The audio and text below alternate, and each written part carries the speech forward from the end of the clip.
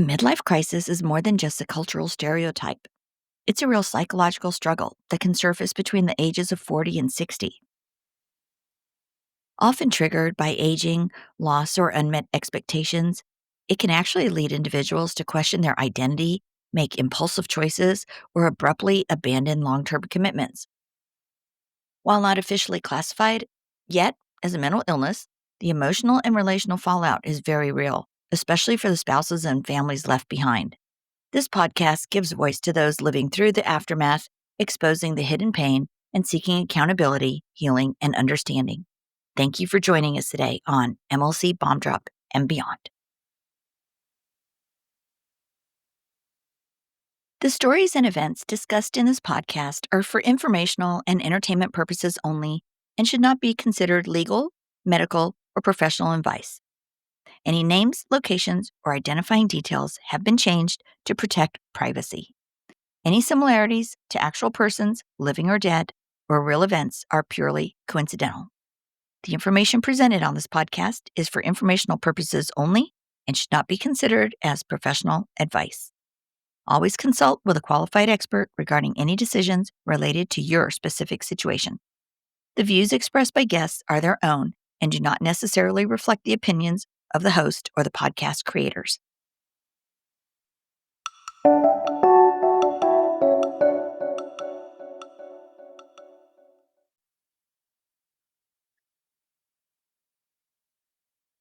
Hey guys, today we are talking about something that many people going through a midlife crisis divorce experience, but almost no one talks about openly, and that is when the affair partner doesn't just enter the picture. They try to step into your life, your role, your family, your history, your children, maybe even your clothes. Almost as if the past 20, 25, or 30 years never even happened. And for many left behind spouses, the behavior of the affair partner can become incredibly disturbing. Some affair partners appear to believe that they can simply walk into an existing family system and replace the spouse, not build something new of their very own, but replace. This often looks like trying to gain approval from the children, expecting the family, the extended family, friends, and neighbors to welcome them, thinking they can have the social role that the spouse once held, and believing that the past marriage was meaningless. We'll just erase 20, 30, 40 years. But you know what, guys? We all know families are not interchangeable parts.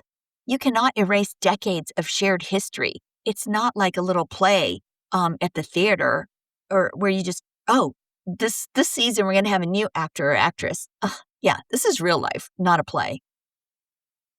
And when someone tries to do this, it often creates massive resistance from the children and extended family. And another little dynamic that occurs more often than people realize is obsession with the spouse they replaced or they think they replaced. Sometimes the affair partner monitors the spouse online, cyberstalks them, talks about them constantly, tries to provoke them, calls or messages them, spreads narratives about them. And which raises an important question. If your relationship is so wonderful, why are you still so focused on the former spouse? Healthy relationships are not built around fixation on someone outside the relationship.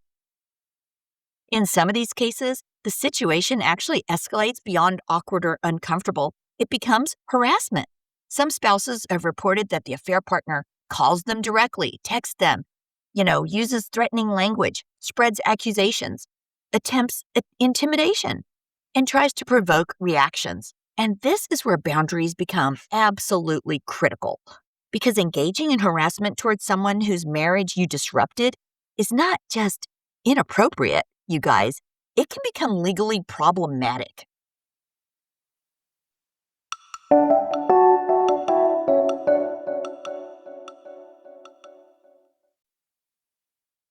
There's even a replacement wife fantasy.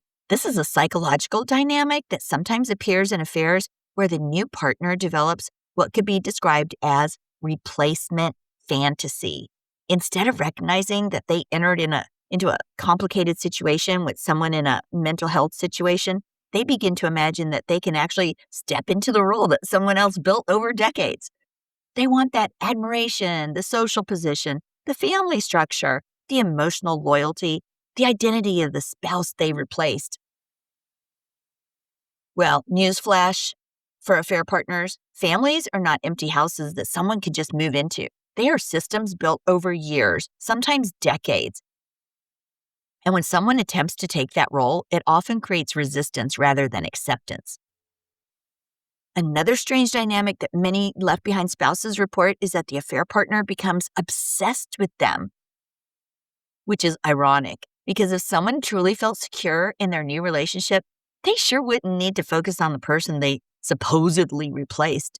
But many of you report to me that the affair partner is out there monitoring your social media, stalking you on there, talking about you constantly, trying to provoke reactions. Another thing that frequently happens is an attempt to rewrite history. Suddenly, the spouse who stood by someone for decades becomes the problem, the reason for unhappiness, the controlling one, the disrespectful one.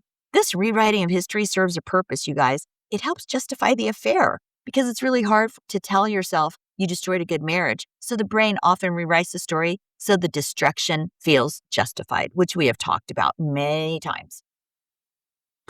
And honestly, one of the most unrealistic expectations that some affair partners have is that the children will simply welcome them into the family. But children often see things very clearly. They know who raised them, who protected the family. They know who was there their entire lives. And many adult children refuse to participate in a situation that feels like a betrayal of their parent, which creates a painful dynamic where the parent in crisis is saying, if you want a relationship with me, you must accept this person. And the children say no. And when that happens, the parent in crisis begins prioritizing the affair partner over their own children. Conversations revolve around the new person. Approval is demanded. Loyalty tests appear. But you know what? Relationships cannot survive forced allegiance. And when a parent demands that children accept someone who helped destroy the family, you know, guys, that's when many children simply walk away.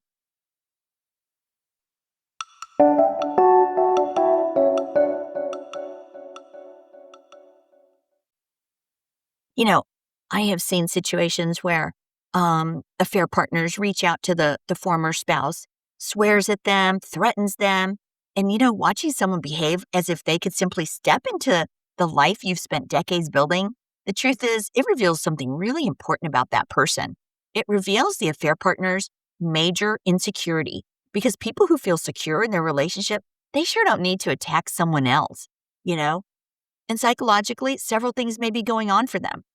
One, insecurity about their relationship, jealousy of the history the spouse had, desire for validation, competition with the former spouse, and attempts to control that narrative. But none of these things create a stable foundation for a relationship. In fact, it often reveals a deep instability in the situation itself.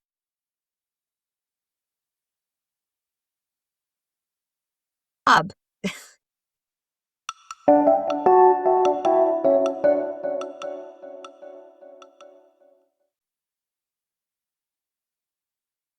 and if you're an affair partner listening to this show, and just know if you truly believe you won a prize by taking someone else's spouse, you shouldn't have to compete with the person who came before you.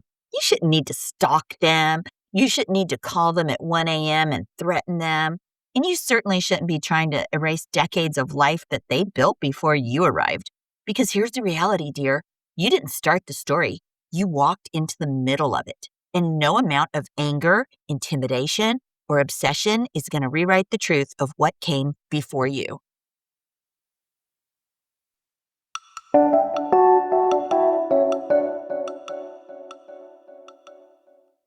Another thing that shocks families is how fiercely the person in crisis begins defending the affair partner, even when the affair partner behaves badly, even when the children are upset, and even when the extended family is concerned. This intense defense often happens because the relationship has become psychologically fused with their identity. If the affair partner is criticized, it feels like they themselves are being criticized. So they respond with extreme defensiveness. It is crazy. There's also another powerful force at work, and that is cognitive dissonance. When someone destroys a marriage, hurts their children, and causes enormous damage, the brain struggles with that reality, so it looks for ways to justify the decision. And as we know, one way to do that is to elevate the new partner to an almost heroic status. They convince themselves that, oh my God, this person is the most important thing in my life. Because if that isn't true, well, then the destruction they caused becomes way harder to face. And one of the saddest realities in these situations is when your MLCer in crisis often believes everyone else should simply move on and accept the new life they created. But relationships don't reset like a computer. Families remember, children remember, history remembers, friends and family and neighbors, they all remember. And sometimes the hardest truth of all is this: when someone tries to replace a spouse and erase the past, they often end up losing the very people they thought would eventually fall in line. And to the affair partner out there trying like crazy to become the spouse that you think you're replacing, just know you can take someone's spouse, but you can't take the life they built. You were not chosen because you were extraordinary. You were simply present when someone was drowning in their own mental chaos. And when a person is caught in a psychological storm, almost anyone nearby can look like a life raft. But life rafts, you guys, are not destinations. They are temporary survival tools. And when the storm ends and clarity returns, the life rafts are left behind, sometimes with regret, sometimes with major embarrassment, and sometimes with complete disgust. And when that moment of clarity does come, the person who thought they were the great love of someone's life may suddenly realize they were simply a symptom of the crisis. Because the truth is this: when the mind is in chaos, people make choices that they later struggle to recognize as their own. And one day, when the storm inside their mind finally settles, they look around the wreckage of their life and they realize something totally devastating. The person they believed was their salvation was never the destination. They were just part of the storm. And you know what's funny, you guys? If someone truly believes they replaced you, they wouldn't spend so much time trying to erase you. And this is why many affair partners end up spending way more energy fighting the spouse and talking about the former spouse than actually building the relationship they supposedly wanted. Thanks for joining me today on MLC Bomb Drop and Beyond, you guys. And remember, when your MLC person's crisis finally ends, that affair partner that they're with, that person may discover something deeply uncomfortable. They were never the solution. They were simply what the storm dragged in. Like a big old thing of seaweed. They are just a life raft. So go have a great day, and I will see you on the next episode of MLC Bomb Drop and Beyond. Thanks for joining me today.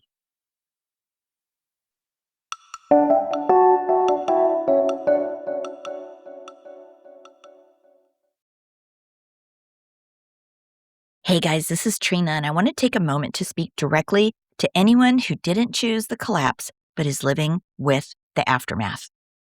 When a spouse enters midlife crisis, the damage doesn't unfold slowly. It happens like an explosion. One day you're living a shared life. The next, the person you trusted has emotionally disappeared, rewriting history, minimizing the damage, and running from the very family they helped build. Friends are confused. The story gets simplified.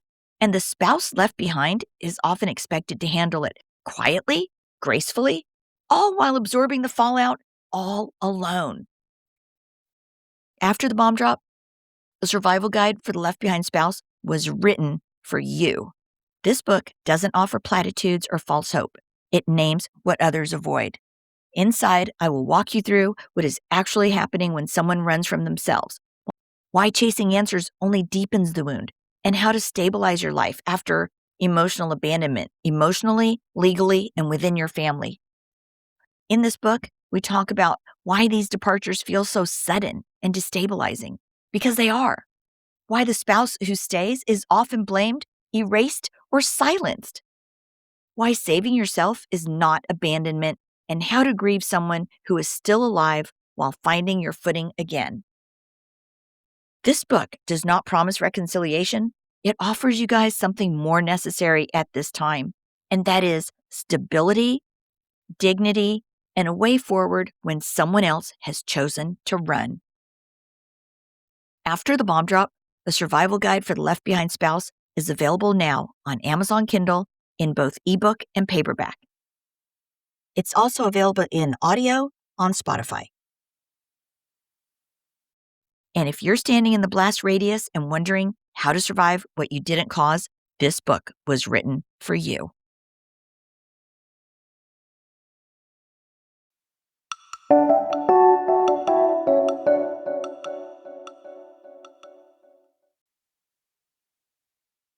Hey, some resources that are available for you guys are thewifeexpert.com. That's Lori McDermott over there at thewifeexpert.com. She also has a new app out.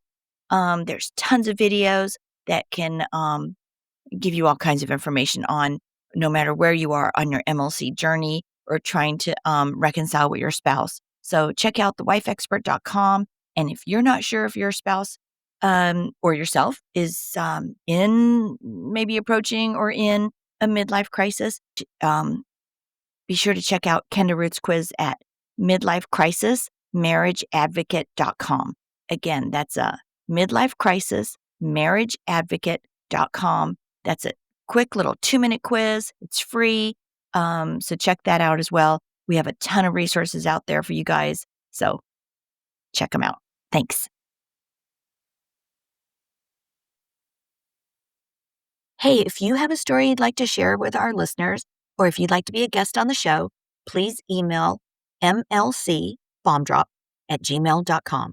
Again, that's mlcbombdrop@gmail.com. All right. Thanks for listening. We'll see you soon.